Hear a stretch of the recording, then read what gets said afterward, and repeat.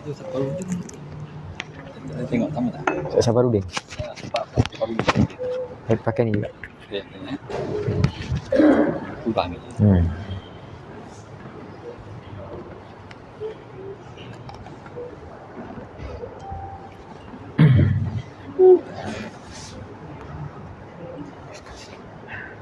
Wah, kecil.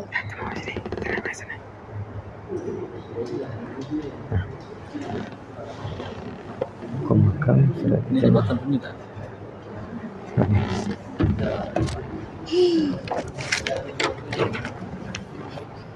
Sama. Sama ya? Sama. Ini Ustaz Hidayat. Dia bawa sampai surat 70 lebih. Ustaz Hidayat.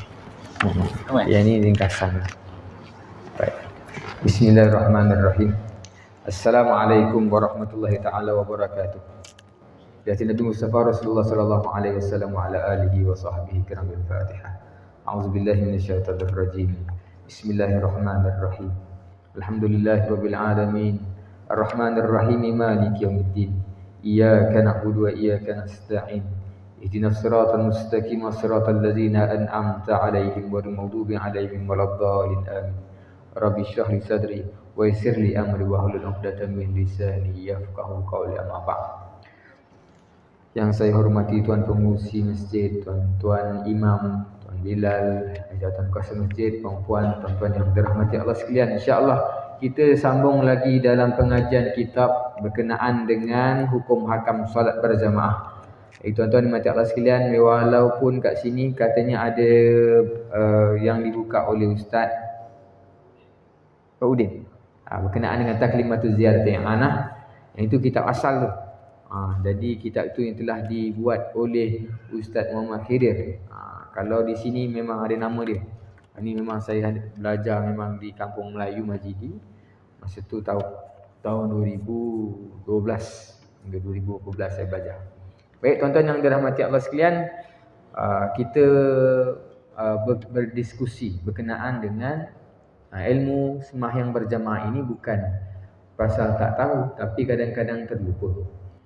Kita sembahyang kadang-kadang ada rasa nak tegur, tapi takut salah. Atau misal kata kita rasa sepatutnya ditegur, tapi kita rasa siapa kita dan sebagainya. Jadi tuan-tuan yang dirahmati Allah sekalian, belajar kitab ni maka kita akan rasa macam mana nak selesaikan masalah yang datang. Baik. Saya teruslah masuk ke masalah 45. Sebab itu hari saya dekat Masjid Bandar, saya dah buka surat pada masalah ke 43 tak silap saya. Baik. Baik, tuan-tuan yang dirahmati Allah sekalian, hukum Fatihah adalah berlainan dengan hukum perbuatan sembahyang. Baik, yang dimaksudkan di sini ialah kalau misal kata tuan-tuan tertinggal bacaan Fatihah, sama ada huruf atau apa-apa dalam Fatihah, misal kata masih lagi dalam keadaan qiyam, tuan-tuan boleh ulang lagi dalam waktu itu. Masih boleh ulang lagi pada waktu itu. Contohnya kalau misal kata tuan-tuan tertinggal ba dalam ismi, bismillah, tuan-tuan sebut bismillahirrahmanirrahim, contoh. Ataupun iyyaka na'budu wa iyyaka nasta'in, tuan-tuan sebut iyyaka, tertinggal iyyaka na'budu wa iyyaka nasta'in. Dah habis Fatihah tadi, tiba-tiba tuan-tuan baru teringat yang tuan-tuan ni terlupa baca iyyaka ataupun mana-mana ayat dalam Fatihah. Jadi kalau misal kata tuan-tuan teringat ketika itu, maka dalam keadaan berdiri tadi itu boleh ulang balik. Yang itu yang dimaksudkan hukum Fatihah adalah berlainan dengan hukum perbuatan yang lain. Bermakna kalau Fatihah tadi boleh diulang. Contoh tuan-tuan dah berdiri tadi, dah habis baca Fatihah, kemudian baca surah, tiba-tiba baru ingat. Maka Fatihah tadi boleh tak diulang? Boleh diulang walaupun dah habis ceraian Fatihah tadi. Walaupun dah amin, tiba-tiba ada makmum beritahu subhanallah, maknanya ada tertinggal. Kalau imam ingat tak apa. Ini kalau imam tak ingat, imam pun tak tahu apa benda yang lupa. Tapi makmum sebut subhanallah. Jadi kalau misal kata imam tadi yakin atas perbuatan dia itu betul, maka dia teruskan sembahyangnya. Dia teruskan atas keyakinan di diri dia. Sorry anak saya. Saya ni nak hantar rumah pengasuh. Tapi pasal abangnya ada tuition, jadi saya terpaksa bawa. Maaf tuan-tuan. Saya di Parit Haji Baki pun saya beritahu, memang terpaksa bawa. Tak boleh tinggal. Rumah saya kerja hospital. Ada shift petang. Kalau shift malam lagi nangis saya. Seorang. Jadi tuan-tuan yang dirahmati Allah sekalian, jangan marahlah kalau saya bawa anak. Dulu kalau duduk di Majidi, ada yang menjaga, akak saya jaga.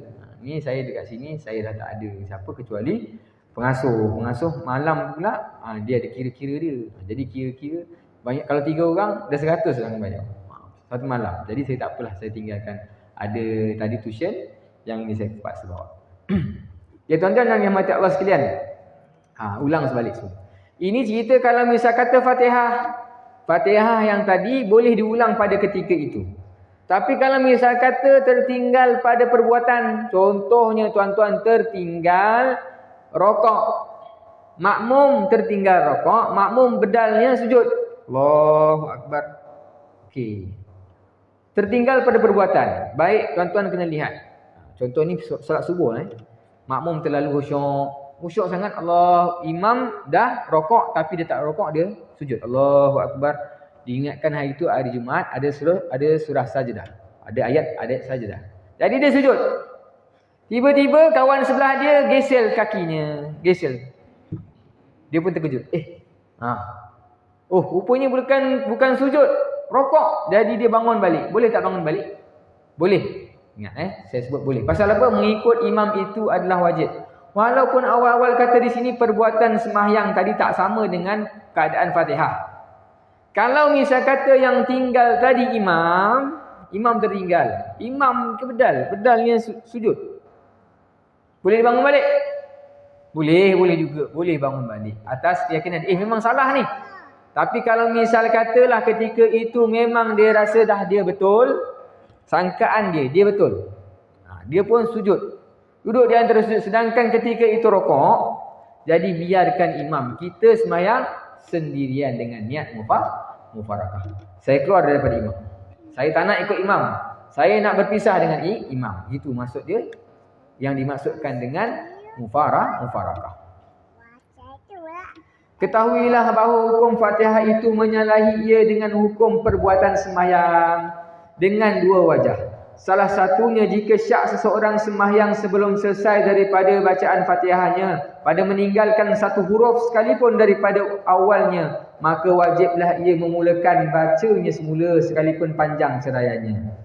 Bersalahan perbuatan sembahyang apabila berlaku ketidakkan bersusunan, maka tidaklah memutus mualat di antara perbuatannya, bahkan tidaklah didatangkan dengan peraturannya selepas daripada teringatnya ia. Maka apabila kita berkata demikian, nescaya atas kebanyakan manusia mengulang-ulangnya perbuatannya, itu bersalahan perutusan, iaitu mualat pada bacaan Fatihah. Yang dimaksudkan ialah contoh, tiba-tiba dia sujud.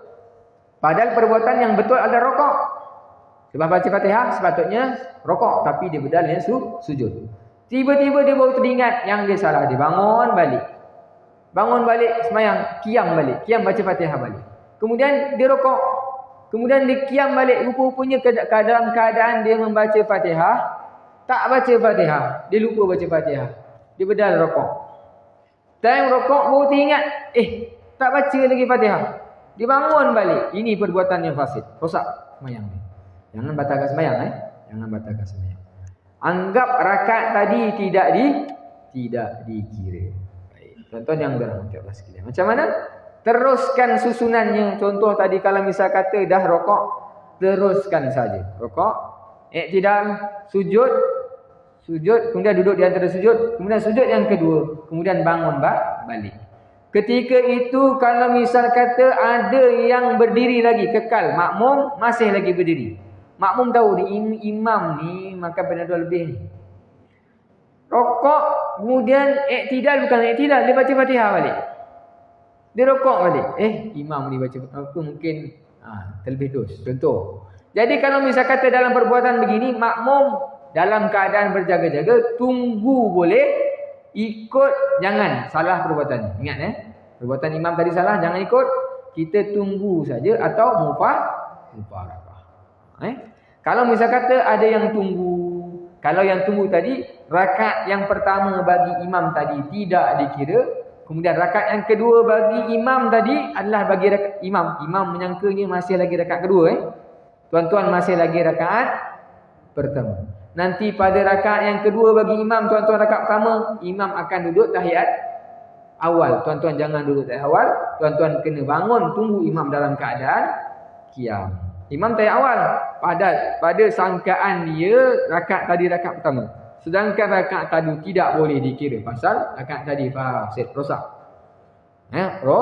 Rosak. Jadi kadang-kadang ni kita asyik tegur imam je. Imam, subhanallah. Subhanallah, imam pun pening. Satu kesalahan. Muka dia rasa macam tak bersalah. Tapi sebenarnya salah. Dia pun tak tahu mana yang salah. Tiba-tiba bila mana dah ditegur, dia rokok, dia tegur lagi subhanallah. Dia pun iktidal, rupanya bukan iktidal Fatihah. Saya pun pernah berlaku tuan-tuan. Saya dekat satu madrasah, madrasah Syatiri ke madrasah Sidi Ibrahim. Saya tak hafal sebenarnya surah Sajdah, tapi banyak tertinggal. Banyak sangat tertinggal. Mula-mula tuan-tuan pelajar madrasah tak sampai lagi. Saya bila imam tak sampai, yang lain pun tengok ustaz lah. Mana ustaz? Oh, ustaz kat situ. Semua tengok ustaz. Saya kat situ, jadi pun saya lemak. Saya kena ke? Saya pun terpaksa lah. Kat depan pula tak ada surah Sajdah. Dulu ngapal, sekarang tak ngapal. Jadi bila mana surah Sajdah tu saya baca salah, pula time saya baca tu pelajar madrasah pun masuklah berduyun-duyun. Masuk. Saya dengar diorang buka pintu, buru-buru masuk. Bila saya baca salah tertinggal tadi, diorang pun tegur. Saya pun dah betulkan balik. Bila baca suku lagi, kena tegur lagi. Salah benar aku ni. Baca lagi, salah lagi. Saya pun naik segan, muka saya pun dah merah. Lain macam ni. Saya pun ke belakang, tarik diri, merajuklah kiranya. Lebih kurang merajuklah. Ke belakang. Bila saya ke belakang, selamatlah orang belakang ni haji apa saya tak ingat. Dia pun bergerak. Ingat tuan-tuan, bila imam ke belakang, orang yang berada di belakang ini tarik diri, bukan tarik diri, buka ruang, beri ruang supaya imam boleh ke belakang. Imam ke belakang itu tujuannya apa? Tujuannya bagi laluan siapa-siapa yang berkelayakan untuk ke depan. Bantulah sikit. Sebenarnya bantu saya lah, saya tak reti. Muka dah merah. Asyik kena tegur je. Salah bacaannya. Yelah, saya ngaku saya salah. Saya ke belakang lah. Tiba-tiba tunggu. Tak ada seorang ke depan. Lama juga saya tunggu. Cakap, ini lebih depan. Ceraian ni tuan-tuan tunggu tadi tu tidak boleh melebihi surah Fatihah. Lama sangat tunggu ni. Tak ada orang ke depan. Rupanya tak faham. Bila dah ke belakang, imam ke belakang, siapa-siapa saja boleh ke depan. Yang sebelah belakang saya pun orang kampung juga. Tak reti baca surah Sajdah. Dia diamlah. Patutnya yang pelajar madrasah tadi ke depan. Rupanya dia penakut juga. Saya takut, dia pun takut. Saya mula-mula tak takut. Pasal tak ada pelajar madrasah, tak takut lah. Tiba-tiba pelajar madrasah datang. Oh, jadi ngeri kita. Pasal dia Hafiz. Sunyi Hafiz kan. Saya hapus. Jadi ketika itu tuan-tuan mati Allah sekalian, sepatutnya dia ke depan tapi dia tak ke depan. Mungkin dia menyangka dia kat saf belakang. Tak kira. Siapa-siapa ketika itu berada yang lebih memahami ketika itu boleh menyelesaikan masalah. Walaupun dia berada di saf belakang, saf kedua, saf ketiga dan sebagainya, dia boleh ke depan. Pergerakannya, buat pergerakan tidak melebihi 3 pergerakan ke depan supaya dia dapat menjadi imam. Tuan-tuan pun begitu. Kalau tuan-tuan nampak ada benda-benda yang imam rasa, tuan-tuan nampak pada imam tadi ada benda yang salah yang boleh menyebabkan batalnya sembahyang. Salah satunya ialah syarat sah salat. Syarat sah salat contoh aurat dia. Contoh aurat saja cukup. Bila mana tuan-tuan nampak aurat imam terbuka ataupun imam terkena najis saja, tuan-tuan walaupun duduk di belakang sekalipun, tuan-tuan kena tegur, selamatkan jemaah. Kalau tidak, batal sembahyang. Tak kira walaupun di belakang. Tapi kalau misal kata tuan-tuan ni orang yang masbuk, contoh Imam terkentut ataupun berhadas. Ketika mana dia nak batalkan sembahyang, imam buat rokok, dia segan agaknya. Dia rokok time tu memang terkentut. Keluar. Jadi dia pun perasan, dia pusing belakang, dia nampak ada ustaz kat belakang. Ustaz tengah belakang baru jalan. Dia panggil ustaz tu. Ustaz, sini. Ke depan. Ketika tu imam dah berada pada rakaat yang kedua. Yang masuk ustaz tadi, ustaz yang masbuk. Masbuk ni. Ustaz masbuk pula waktu tu rakaat yang kedua. Imam batal sembahyang. Dia suruh orang yang berada, yang ustaz tadi tu untuk ke depan. Ni sengal. Pasal apa? Imam tadi rakaat yang kedua. Makmum yang datang tadi atau ustaz yang datang tu masih lagi masbuk pada rakaat yang pertama. Nanti dia bangun saja, takbir Allahu akbar, masih dapat rakaat pertama Allahu akbar, dia pun rokok. Allahu akbar, rokok. Contoh Allahu akbar, Allahu akbar, Allahu akbar. Dia rokok Bila mana dia rokok, dia sama-sama dengan tuan-tuan, imam dah tak ada, imam hilang. Dia pun sebut Sami Allahu liman hamidah rabbana lakal. Orang pun boleh, bila masa imam tukar jadi kurus, muda pula tu. Contoh. Tiba-tiba imam muda, dia biar adalah. Dia masih menyangka baik, masih menyangka lagi. Tiba-tiba pada rakaat tadi tu, imam sepatutnya tahiyat awal, tapi imam tak buat tahiyat awal. Pasal apa? Imam tadi masih rakaat pertama. Dipanggil khalifah. Khalifah tadi orang yang mengganti imam dipanggil khalifah. Khalifah tadi rakaat yang pertama, tuan-tuan rakaat yang kedua. Yang ini bahaya. Jadi imam kalau nak panggil, nak cuit pun orang yang mana? Orang yang berada di belakang. Jangan cari orang yang lain kaifiah sembahyangnya. Dia rakaat kedua, kita rakaat kedua, dia rakaat pertama. Jadi kalau misalkan tuan-tuan nak ikut juga boleh. Niat balik semula. Saya mengikut imam yang ini. Boleh tak? Boleh. Caranya saya mengikut imam yang ini. Jadi rakaat pertama tadi tidak dikira sebagai rakaat yang rosak. Jadi tuan-tuan nanti kalau bolehlah imam kena cerdik, jangan pilih orang yang baru dah datang. Baik tuan-tuan yang dirahmati Allah sekalian. Hukum mengubahkan niat di dalam sembahyang. Ini selalu kita. Nak sembahyang, nak lupa, salah niat. Niat salah sebut 4 rakaat saja, batal sembahyang. Ini tak betul Salah sebut 4 rakaat saja. Salli fardhu zuhri 4 rakaatin, sebut salah rakaatin. Batal ke sembahyang. Tak tepat. Tak payah batalkan sembahyang. Tuan-tuan? Baik. Apabila seseorang itu bertakbiratul ihram dengan niat sembahyang fardu, kemudian ia ubahkan niat kepada fardu yang lain atau kepada sunat tanpa uzur, atau bertakbiratul ihram ia dengan niat sembahyang sunat kemudian ia ubahkan niatnya kepada fardu ataupun sunat yang lain, maka sembahyangnya tidak sah. Yang tak sah macam mana? Tuan-tuan niat awal-awal niat sunat tukar kepada fardu yang tak sah. Pasal itu menyalahi. Pasal fardu dengan fardu tak boleh. Yang boleh ialah fardu kepada sunat. Maksudnya apa? Contoh, tuan-tuan dah lama tak pergi masjid. Contoh, tengah ceramah ni ataupun tengah takbir, qomat ataupun azan. Allahu akbar, la ilaha illallah. Tiba-tiba dapat hidayah. Macam nak pergi masjid lah. Padahal tengah didirikan sembahyang ni. Allahu akbar, tengah sembahyang. Tiba-tiba mendapat hidayah ketika itu nak pergi masjid.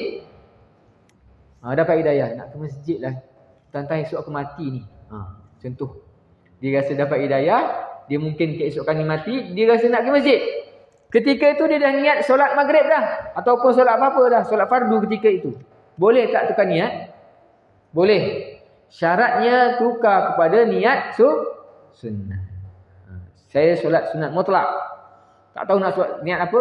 Padahal tuan-tuan tahu ketika itu masih lagi rakaat pertama. Boleh tak rakaat pertama dibatalkan? Jangan batalkan. Terus niat kepada solat sunat mutlak. Ataupun tuan-tuan niatlah solat niat solat sunat saja.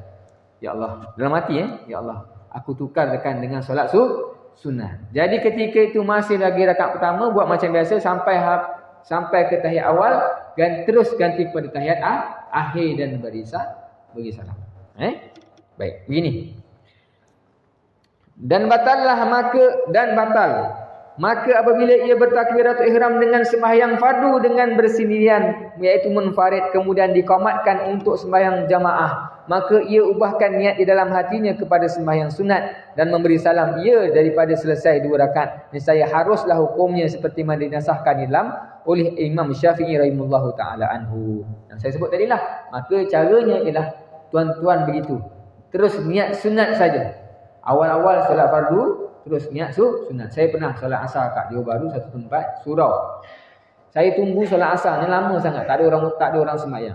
Jadi saya menyangka ini dah tak ada orang lah ni. Saya pun terus sembahyang dekat belakang. Sebenarnya kat sinilah sab yang ketiga, solat keempat gitu. Saya takbir. Tiba-tiba beberapa saat kemudian datanglah orang kampung.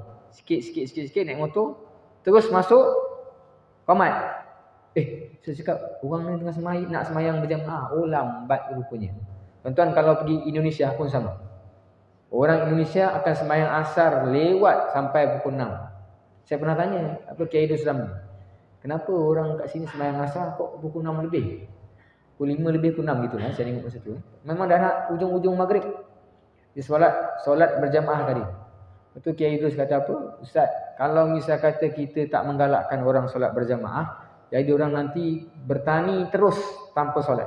Jadi kita nak galakkan orang semayang juga. Jadi kita lewatkan waktu asar sampailah hampir ke hujung waktu, bukan waktu haram mungkin waktu makruh. Hujung waktu kemudian orang sembahyang bersama-sama secara berjamaah. Oh, baik. Tuan-tuan dan Allah sekalian, ingat benda tu bukan haram. Bukan haram melewatkan waktu selagi mana ada waktu. Atas sebab sesuatu atau sebab yang masuk akal, maka dibolehkan untuk melewatkan waktu solat. Bukan tak ada. Banyak lagi-lagi solat Isyak. Banyak peristiwa-peristiwa ataupun dalam hadis Rasulullah SAW ketika mana solat Isyak itu dihujungkan. Satu ketika hadis yang saya pernah sebut sebelum ni, iaitu ketika mana Sayyidina Umar pergi ke Masjid Madinah. Pergi ke rumah Rasulullah SAW, nak tanya solat Isyak tu bila nak mula. Sayyidina Umar pergi rumah Rasulullah, nak tengok Rasulullah bila keluar, tak keluar. Kemudian keluar lagi, pergi balik lagi ke rumah. Pergi lagi, tengok. Sampailah hampir 3/4 waktu solat Isyak, iaitu mungkin pukul 2, pukul 3 dan sebagainya. Rasulullah baru keluar untuk menyelesaikan solat Isyak berjamaah. Tuan-tuan bayangkan, solat Isyak hujung waktu, pukul 3 pagi, pukul 2 pagi. Boleh tak boleh? Ini cerita boleh. Satu ketika lagi, selepas mana sahabat Rasulullah SAW yang ketika itu berjumpa Dajjal. Dia 30 hari tersesat dalam pelayaran. Kemudian selepas mana dia selesai berjumpa Dajjal, dia balik berjumpa dengan Rasulullah SAW di Madinah. Rasulullah selesai saja sembahyang maghrib. Kemudian Tamim Ad-Dari berjumpa dengan Rasulullah SAW selepas solat maghrib. Kemudian Rasulullah SAW menceritakan, mendengar kisah tadi sampai lewat waktu Isyak tadi. Lewat, bukan pada waktunya. Rasulullah cerita lagi berkenaan dengan Dajjal. Sampailah solat Isyak tadi memang didirikan dengan secara lambat. Jadi tuan-tuan yang dirahmati Allah sekalian, jangan rasa gila nak sembahyang ni. Ustaz ni tak faham ke nak sembahyang. Itu tadi pasal apa saya pun ada satu program. Tengah-tengah program ni dia WhatsApp saya. Ustaz, waktu solat sembahyang. Waktu tu dengan selawat, program selawat Dia WhatsApp saya. Ustaz, jangan lupa, sekarang sudah masuk waktu Isyak. Memang ketika itu kita senyap. Waktu Isyak, selawat pun berhenti. Tapi kita lewatkan solat Isyak ni. Boleh tak? Hukumnya harus. Saya dah bagi tahu itu, Ustaz tak faham ke? Okey. Tuan-tuan yang dirahmati Allah sekalian, begitulah dia mungkin tak reti ataupun tak tahu kenaan hadis tadi itu. Kita lewatkan solat tadi atas sebab yang tertentu ataupun sebab yang masuk akal. Kalau yang tak masuk akal, lainlah. Dimancing. Masuk waktu. Lihat. Ikan nak makan. Sekarang ni tak boleh, ikan nak makan jadi tak payah sembahyang dulu. Lihat dulu. Ni salah lah. Salah lah. Kalau tuan-tuan cerita pasal mancing, jadi benda tu tidak ada kena-mengena dengan fardu ain. Itu fardu mungkin jadi fardu kifayah mungkin kalau dia cari makan. Tapi yang tadi tu sebabkan yang saya sebut tadi. Kalau misal kata ada program dan sebagainya, maka tuan-tuan boleh lewatkan. Baik. Baik, masalah yang seterusnya. Makmum diberi pilih di antara mufarakah dengan imam atau berdiri menunggu imam. Kita ni tuan-tuan sentiasa diberi pilihan. Dalam rekah semayang pun sama. Sama ada kita nak mengikut pengikut tegar imam ataupun kita nak sebagai membantah imam. Kita tak betul, imam tak betul, subhanallah, subhanallah. Contoh, tak betul, tegur je imam. Contoh. Ataupun kita rasa kita ni takut nak segan, ilmu tak semana, jadi kita senyap saja. Selepas habis semayang kita cakap dengan imam, imam, tadi rasanya macam salah ni. Saya buat tak apa-apa faham. Betul ke? Tanya yang lain. Betul, imam tertinggal. Contoh. Tuan-tuan kena kira perkataan tadi. Tidak melebihi 7 patah perkataan. Kalau misal kata benda itu menyebabkan boleh terbatalnya sembahyang, tuan-tuan kena kira. Tidak melebihi 7 patah perkataan. Imam tadi tertinggal Fatihah. Imam tadi tertinggal Fatihah. Contoh, 4 perkataan. Jadi, tanya orang kawan yang lain. Tanya kawan yang lain. Betul atau tidak? Kalau misal kata diiyakan, maka salahlah imam tadi. Kalau misal kata semua senyap, tak ada, mana kita yang berangan? Kita punya berangan. Contoh, baik. Imam tertinggal membaca Fatihah daripada rakaat yang pertama dan rukuk maka tidak wajib atas makmum memutuskan kedua ikutannya dengan imam serta-merta. Bahkan bolehlah makmum itu menunggu imam dan menanggungkan perbuatan imam itu atas lupa.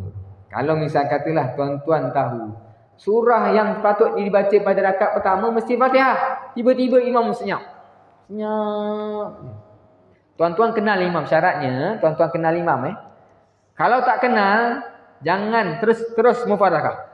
Tapi kalau kita kenal, kita tunggu saja imam. Lepas habis sembahyang baru tanya, imam, kenapa Fatihah pada rakaat pertama tak baca, rakaat kedua tak baca, takbir pun slow. Allahu Akbar. Contoh rupa-rupanya imam tertelan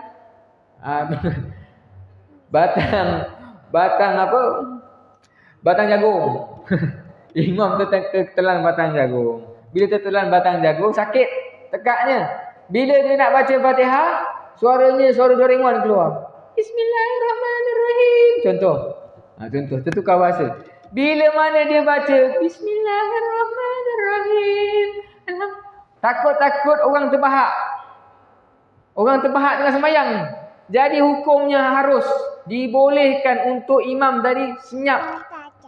Perlahankan bacaan. Supaya apa? Supaya menyelamatkan jemaah yang lain. Supaya tidak ketawa. Kita ni kalau salah sikit pun kita nak ketawa kan. Ni kalau imam keluar suara Doraemon. Macam imam ni. Kita nak terbahak. Jadi imam tadi diharuskan untuk perlahankan bacaan ataupun senyap. Walaupun solat itu solat yang jahriyah. Solat yang bacaan pun kuat.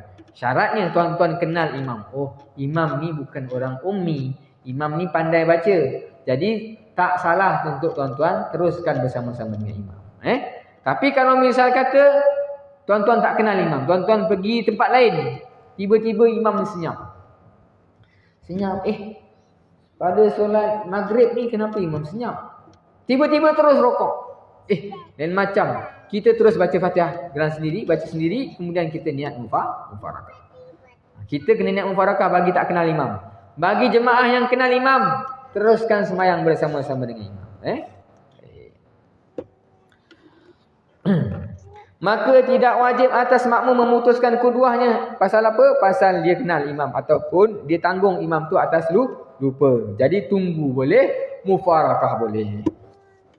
Dan tidak boleh ia mengikut imam dalam hal keadaan ini kerana lupanya itu tidak dikira, bahkan diberi pilih kepada makmum di antara mufarakah dengan imam dan terus rokok dan sujud dengan sendirinya, dan di antara berdiri menunggu imam hingga ia sujud dan qiyam bangkit kepada rakaat yang kedua. Dan apabila imam itu qiyam bangkit dan membaca Fatihah dan terus rokok, maka hendaklah makmum itu mengikut rokok bersama-sama dengan imam. Ya tuan-tuan yang dirahmati Allah sekalian, kalau misal katalah kita menganggap imam tadi yang saya sebut tadi lah, kita menunggu imam dalam keadaan imam tadi masih lagi menyangka rakaat tadi rakaat yang dikira, sedangkan Fatihah dia lupa baca.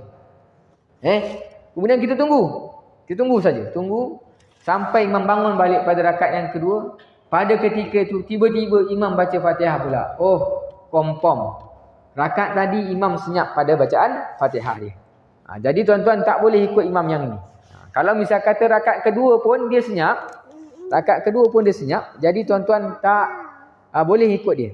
Boleh mengikut imam tadi pasal imam tadi kita menyangka yang imam tadi dia punya suara ada masalah. Baik, seterusnya. Baik, masalah yang seterusnya. Imam dan makmum lupa sujud sahwi. Imam, makmum dua-dua lupa. Dua-dua lupa. Berkata Imam Ar-Rifai, jika imam memberi salam sedangkan ia lupa sujud sahwi dan makmum pun lupa sujud sahwi memberi salam, ia sertanya. Kemudian teringat imam bahawa ia terlupa sujud sahwi dan ia pun sujud, maka hendaklah makmum itu turut sujud bersama-sama dengan imam walaupun sudah memberi salam. Dia tahu tadi kan salah imam, walaupun yang ketika itu salahnya salah imam. Imam nak memperbaiki keadaan tadi supaya mendapat sunat. Kemudian dia nak menempel perbuatan yang salah tadi. Jadi imam tadi terlupa untuk sujud sahwi, maka dia ulang sujud sahwi selepas beri salam. Atau bukan ulang, dia membuat sujud sahwi selepas salam. Assalamualaikum warahmatullahi. Assalamualaikum warahmatullahi. Dia baru teringat, belum sujud sahwi. Jadi dia terus sujud sahwi. Allahu Akbar. Ingat bila mana nak sujud sahwi tak perlu takbir semula. Tak perlu takbir semula. Terus sujud. Allahu Akbar. Kemudian duduk di antara sujud sekali lagi. Baik. Dan ia pun sujud, maka hendaklah makmum itu turut sujud bersamanya. Ingat makmum, kalau misal kata imam buat, tuan-tuan kena buat. Walaupun yang salah itu imam. Imam yang salah. Tuan-tuan kata saya tak salah ustaz, yang salah imam. Imam yang terlupa. Saya buat yang betul. Walaupun begitu tuan-tuan kalau misal kata masih lagi mengikut imam, tuan-tuan kena dan wajib mengikut imam untuk sujud sahwi.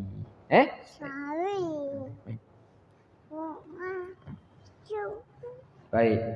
Kecuali bagaimana? Kecuali kalau misal kata tuan-tuan dah niat mufarakah. Saya dah niat mufarakah ustaz. Jadi kita tak perlu buat sujud sahwi. Yang salah imam. Kalau misal kata kita masih lagi mengikut imam, kemudian imam dah beri salam sekalipun, maka kita diwajibkan untuk mengikut imam. Pasal walaupun imam dah beri salam sekalipun, kedua kita dengan imam masih ada walaupun sudah memberi salam. Baik.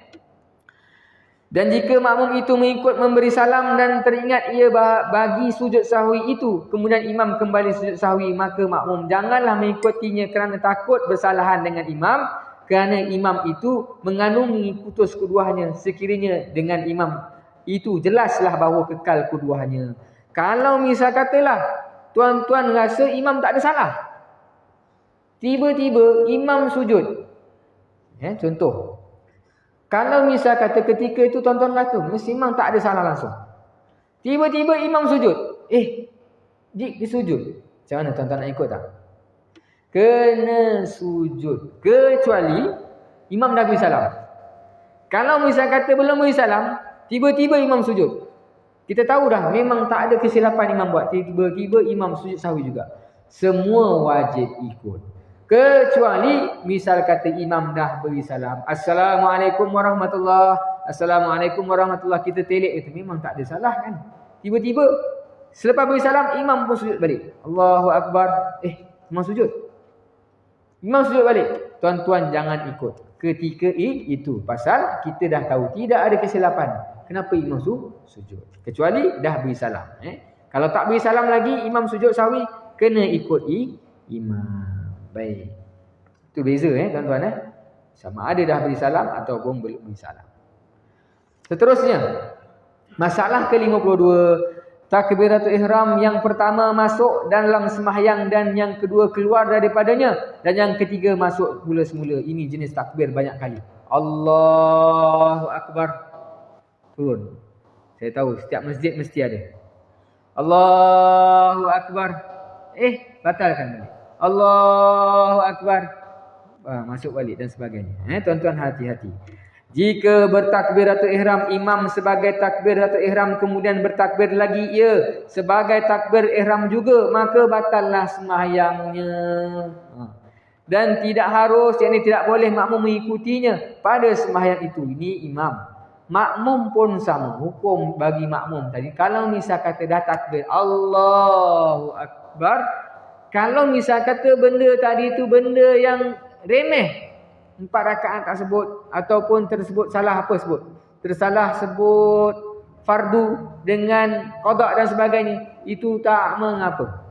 Tak mengapa.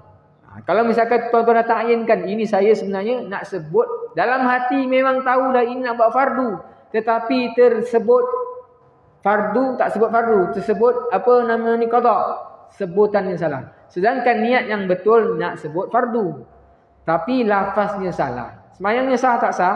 Sah, tak payah batalkan. Tak payah batalkan. Ingat pasal tuan-tuan dah tahu dah, saya nak buat fardu, bukan nak buat qada. Tapi tersalah sebut, tak pandai sangat bahasa Arab, sebutlah bahasa Jawa. Contoh. Contohlah sebut bahasa apa? Bahasa Melayu, bahasa Melayu. Baik. Dan tidak harus, ini tidak boleh makmum mengikutinya pada sembahyang itu. Kalau misal kata di imam takbir banyak kali, Allahu Akbar. Maaf. Allahu Akbar. Maaf. Kalau misal kata dia takbir Allahu Akbar, dia terlupa ambil wudu. Contoh, dia terlupa wudu, dia boleh batalkan sekejap. Dia boleh cakap sekejap, pasal memang tak sah sembahyang dia kalau sembahyang. Tuan-tuan bila mana dengar imam kata sekejap, tuan-tuan jangan batalkan sembahyang, kekal lagi.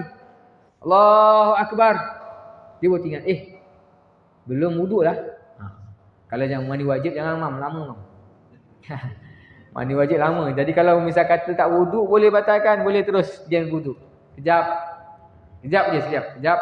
Imam jangan wuduk. Wuduk, tuan-tuan kekal dalam keadaan sembahyang. Jangan batalkan.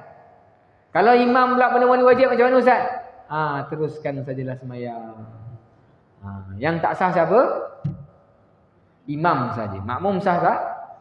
Pasal tidak ada dalam hukum fiqh tanya, imam dah mandi wajib? Tak ada tanya, tak ada. Imam, tak ada. Imam dah sunat ke? Contoh, tak ada dalam fiqh. Kecuali tuan-tuan dah tahu, ini memang belum sunat ni budak ni. Contoh. Dan jika makmum bertakbiratul ihram di belakang imam, ketika ia bertakbiratul ihram yang pertama kemudian bertakbir pula ia pada keadaan yang kedua dengan kasat takbiratul ihram, niscaya batallah yang terputuslah keduanya dengan imam itu. Kerana orang yang sembahyang itu apabila ia mendatangkan dengan takbiratul ihram, bererti masuklah ia di dalam sembahyang. Dan apabila ia bertakbiratul ihram kali kedua, bererti ia mengeluarkan dirinya daripada sembahyang. Dan apabila bertakbiratul ihram ia kali yang ketiga, bererti ia masuk ke dalam sembahyang pula. Jadi tuan-tuan mati Allah sekalian, kalau dah takbir salah tadi Allahu Akbar, teringat pula ustaz kata kalau tersalah sebut usolli dengan nawaitu tak mengapa, teruskan sembahyang. Contoh, sebut nawaitu zuhur, nawaitu zuhur, salah pula bahasa Arab, salah tak apa, tak mengapa, teruskan aja. Ini batalkan sembahyang. Tuan-tuan ingat melepaskan tangan itu bukan bermaksud membatalkan sembahyang. Batalkan sembahyang, bukan. Tuan-tuan boleh masuk balik. Kena faham Kecuali lah tuan kata saya nak batalkan sembahyang. Batalkan sembahyang. Sama ada dengan salam pun boleh. Assalamualaikum warahmatullahi wabarakatuh. Ataupun tanpa salam. Saya memang nak batalkan sembahyang. Maka batal sembahyang. Tapi kalau tuan-tuan melepaskan tangan tadi, baru masuk balik, saya teringat ustaz kata kalau sebut nawaitu pun sah. Baik, teruskan balik. Contoh, contoh. Ini supaya tuan-tuan dapat maklumat. Mana satu? Kalau misalkan tersalah, memang tuan-tuan terniat tadi niat asar, sedangkan waktu tadi waktu zuhur. Kenapa? Saya tertidur waktu zuhur Ustaz. Tiba-tiba azan pula dengar, rupanya azan tadi pun salah waktunya. Masih lagi waktu zuhur. Niat waktu asar, sedangkan masih lagi waktu zuhur. Saya pernah tuan-tuan, saya tertidur lama. Saya pernah tertidur sangat lama. Satu ketika ni saya batuk. Ni waktu saya mula-mula lah. Tengah-tengah ni waktu tu tak silap saya tidur subuh. Selepas subuh tu saya makan ubat batuk. Makan ubat batuk. Lepas makan tidur tuan-tuan. Perasan bangun-bangun alih-alih gelap balik. Saya rasa dah tidur macam dah lama. Tapi bila bangun balik, tiba-tiba saya tengok depan rumah saya ada pasar malam. Saya bila masa rumah aku ada pasar malam kat depan ni. Jadi ngigau. Otak macam tak betul. Pasal tidurnya terlebih. Subuh dah semayang, Zuhur, Asar tak semayang. Tiba-tiba bangun maghrib. Terkejut saya. Ada pasar malam. Rupanya ada ceramah PAS kat depan rumah saya. Terkejut saya. Bila masa pula aku tidur sampai panjang sangat saya tidur. Jadi saya ketika tu niat subuh. Memang saya niat subuh. Pasal tak perasan. Tiba-tiba saya semayang imam 3 rakah. Saya salah ke tidak? Saya dah pening. Rupanya waktu tu memang salah saya. Saya niat solat subuh, imam solat maghrib. Ini salah. Tuan-tuan mati Allah sekalian, manusia ni nak cerita mesti ada silap. Baik, tuan-tuan yang dirahmati Allah sekalian. Ya, Ashabul Kahfi. Memang Ashabul Kahfi betul. Buat sampai begitu panjang tidur. Tuan-tuan yang dirahmati Allah sekalian, itu sebab kalau makan ubat batuk ni, kalau disuruh tidur dulu, jangan sembahyang. Boleh menyebabkan batal juga sembahyang tuan-tuan. Kalau misal kata tuan-tuan tidur pada keadaan sembahyang yang tidak tetap punggung. Kedua-dua punggung ni tak berada di papan punggung. Papan lantai. Kalau misal kata ketika itu tuan-tuan sujud, itu tidur. Batal sembahyang. Lagi-lagi ceraian panjang. Lebih pada sujud yang kedua. Panjang, batal sembahyang tuan-tuan. Itu tidur. Tuan-tuan boleh tahu ke tuan-tuan kentut ke tidak? Tak tahu. Jadi batal sembahyang. Itu tu payah ni kalau misal kata kita ni terlalu penat sangat. Nak mainan wali. Nak mainan. Baik. Tuan-tuan yang dirahmati Allah sekalian.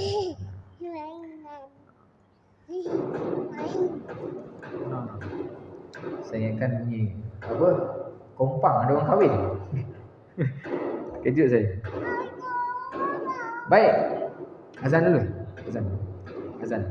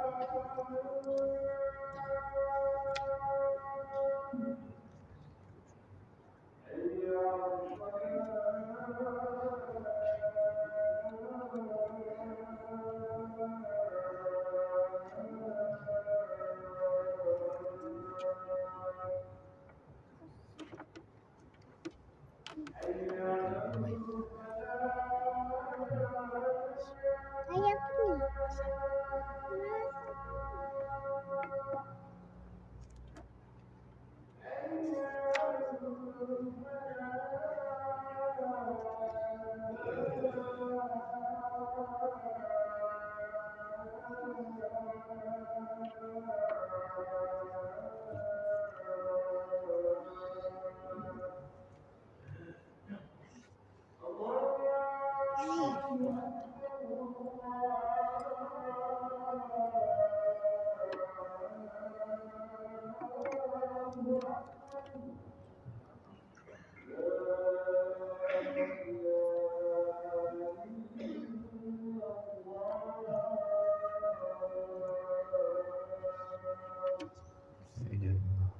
رب هذه الدعوة التامة والصلاة القائمة آتي سيدنا محمد الوسيلة والفضيلة والشرف الدرجة العالية الرفيعة وابعثه مقاما محمودا الذي وعدته إنك لا تخلف الميعاد يا أرحم الراحمين.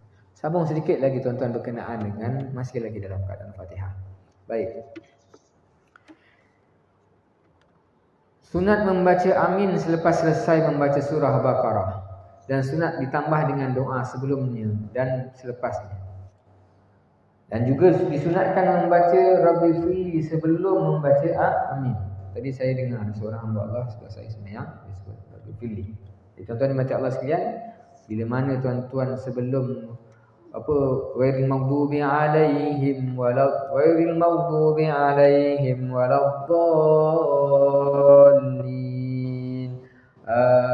Sebelum amin tuan-tuan baca Rabbi Fili, disunatkan. Pasal dalam ada riwayat mengatakan Rasulullah SAW membaca Rabbi Fili sebelum menyebut amin. Jadi kalau misalkan ini benda yang baru, kalau rasa tuan-tuan baru, tuan-tuan amalkan. Asal masih lagi dalam riwayat yang sahih. Beberapa makna kalimah amin. Bagi kalimah amin ini kadang-kadang ada orang sebut amin, ada yang sebut amin. A-nya pendek, A 2 rakaat, kemudian min ni panjang. Amin. Ada amin, ada amin. Tuan-tuan yang mati Allah sekalian, kalau misal kata tuan-tuan di kalangan orang-orang yang berkata begitu, maka tak salah. Pasal banyak pendapat mengatakan semua betul. Baik. Bagi kalimah amin itu ada 4 lugah atau 4 cara bacaan. Yang pertama, mad panjang huruf pada alif dan takhfif ringan pada huruf mim. Iaitu mad pada panjang huruf amin 2. Kemudian qasr, iaitu pendek pada huruf alif. Amin. Takhfif huruf mim, yang kedua-duanya dipendekkan. Amin contoh, amin. Yang ketiga, imalah pada huruf alif. Amin. Tuan-tuan kalau belajar kat Mesir banyak imalah. Dan takhfif pada huruf mim. Yang keempat, mad pada huruf alif dan tasydid huruf mim. Amin. Dan yang keempat ini maknanya, kami datang kepadamu ya Rabb, kerana tujuanku berdoa kepadamu, dan janganlah sia-siakan harapan kami. Jadi tuan-tuan, kalau kesemua ni tuan-tuan pernah dengar bacaan orang, maka kesemuanya betul. Kalau kita mendengar pendapat daripada ilmuwan bacaan ataupun ulama bacaan, ulama qiraat, kita rasa kita salah. Salah ustaz bacaan ni. Tapi kalau misal kata tuan-tuan dengar, nak tahu hukumnya, nak tahu hukum kena tanya ulama fiqh. Sama ada sah yang mana. Jadi ulama fiqh bagi empat pandangan. Kesemuanya betul. Jangan kita menyalahkan. Salah ni. Rupa-rupanya masih lagi dalam kerangka khilaf. Boleh baca empat tadi. Yang pertama, panjang pada huruf alif dan huruf mim tadi ditahfifkan. Yang kedua, qasr, iaitu dipendekkan huruf alif. Amin contoh. Yang ketiga, imalah. Amin pun boleh, betul. Yang keempat, mad pada huruf alif dan tasydid pada huruf mim, dan kedua-duanya dipanjang. Amin pun betul. Baik. Jadi jangan salah. Ini salah lah. Kalau cerita berkenaan dengan hukum bacaan, ya, mungkin yang pertama tadi betul. Tapi dalam hukum fiqh, jangan tanya kepada apa ustaz ataupun guru-guru qiraat. Ingat kalau kita 100% pada guru qiraat, banyak betul, banyak baca bacaan imam, banyak tak betul. Tapi kena tanya hukum fiqh, sah tak sembahyang ni? Sah, selagi mana tidak mengubah perkataan ataupun makna. Sah. Itu sebab tuan-tuan kena belajar, kena tahu hukum fiqh. Kita dengar baik, imam tadi baca macam mana? Okey, tidak ada apa-apa yang boleh mengubah maksud, maka sahlah sembahyang. Tak perlulah tuan-tuan mufarakah. Tapi kalau misal kata yang datang tu pula ustaz ni memang guru qiraat, salah saja. Sikit dibaca, imam baca, salah. Subhanallah, subhanallah. Tuan-tuan kalau pergi Indonesia, tuan-tuan mati kena bunuh. Kalau kita ni, kita ingat kita pandai baca, kita pergi Indonesia, kita mati kena bunuh. Pasal kita ingat kita betul. Padahal sebenarnya hukum fiqh kita kena belajar. Fiqh ni sangat luas. Fiqh ni sangat luas. Bila mana tuan-tuan, contohlah tuan-tuan rasa, kita ni betul ni, betul. Pergi Indonesia tengok macam mana. Indonesia ni meraihkan, dia meraihkan semua pendapat. Jadi kita rasa macam, macam tak berapa ni. Tapi tuan-tuan mati Allah sekalian, ilmu kat Indonesia hidup. Memang diorang pakar fiqh, pakar usul fiqh. Padahal tok guru sana tak pergi Mesir pun. Tuan-tuan boleh tengok Gus Bahak. Saya pun tak tahu macam mana ilmu dia sampai situ. Dia punya usul fiqh power. Kita nak keluarkan hukum ni bukan senang tapi Gus Bahak ni boleh keluarkan hukum dengan secara total, dengan menggunakan akal yang cerdik. Semua terjaga. Adatnya terjaga. Jadi tuan-tuan baca Allah sekalian, bukan senang Kita sikit-sikit, contoh itu hari orang sembahyang tarawih. Tarawih berapa minit? 7 minit. 20 rakaat. Kita terus, ini tak sah ni. Kalau tuan-tuan buat kat sini, tuan-tuan kena sembelih. Awal-awal. Saya orang pertama cakap, ini tak sah. Baik, ini tak sah. Tapi kalau tuan-tuan di Indonesia, benda itu akan menjadi hukum akan berbeza. Hukum akan berbeza. Saya beritahu kenapa. Pasal, saya tanya juga. Kenapa berlaku begini Kiai Idris? Sama hukum yang saya tadi kata Ustaz Asri. Kalau Ustaz Asri kata ini tidak sah, diorang tadi penat balik sawah, penat balik berkebun dan penat balik kerja. Orang kerja Indonesia penat tuan-tuan Nak dapatkan satu hari RM20 pun payah. Berumpas pulas. Nak dapatkan RM20 pun payah. Jadi sampai ke waktu masuk isyak, diorang nak sambung pada solat tarawih tadi pun dah syukur dah. Jadi itu sebab diorang sembahyang 7 minit, sembahyang 20 rakaat. Itu hukum kat dia saja Hukum dia saja. Saya cakap ni Ustaz cakap kita buatlah kat sini, kat Paya Raja. Meninggal saya. 24 jam kena pindah. Baik tuan-tuan dan Allah sekalian, kat sana punya hukum. Bi'ah ataupun keadaan sana bersesuaian, di situ ya. Tapi di Malaysia tak bersesuaian. Saya pernah beritahu pada tuan-tuan, hukum fiqh ni terletak pada keadaan masing-masing. Contoh sembahyang duduk pun hukum masing-masing. Tak boleh kita atas pandang mata sendiri. Baik tuan-tuan yang dirahmati Allah sekalian, saya akhiri dengan tasbih kafarah dan suratul As. Subhanakallahumma asyhadu an la ilaha illa anta wa astaghfiruka wa atubu ilaik.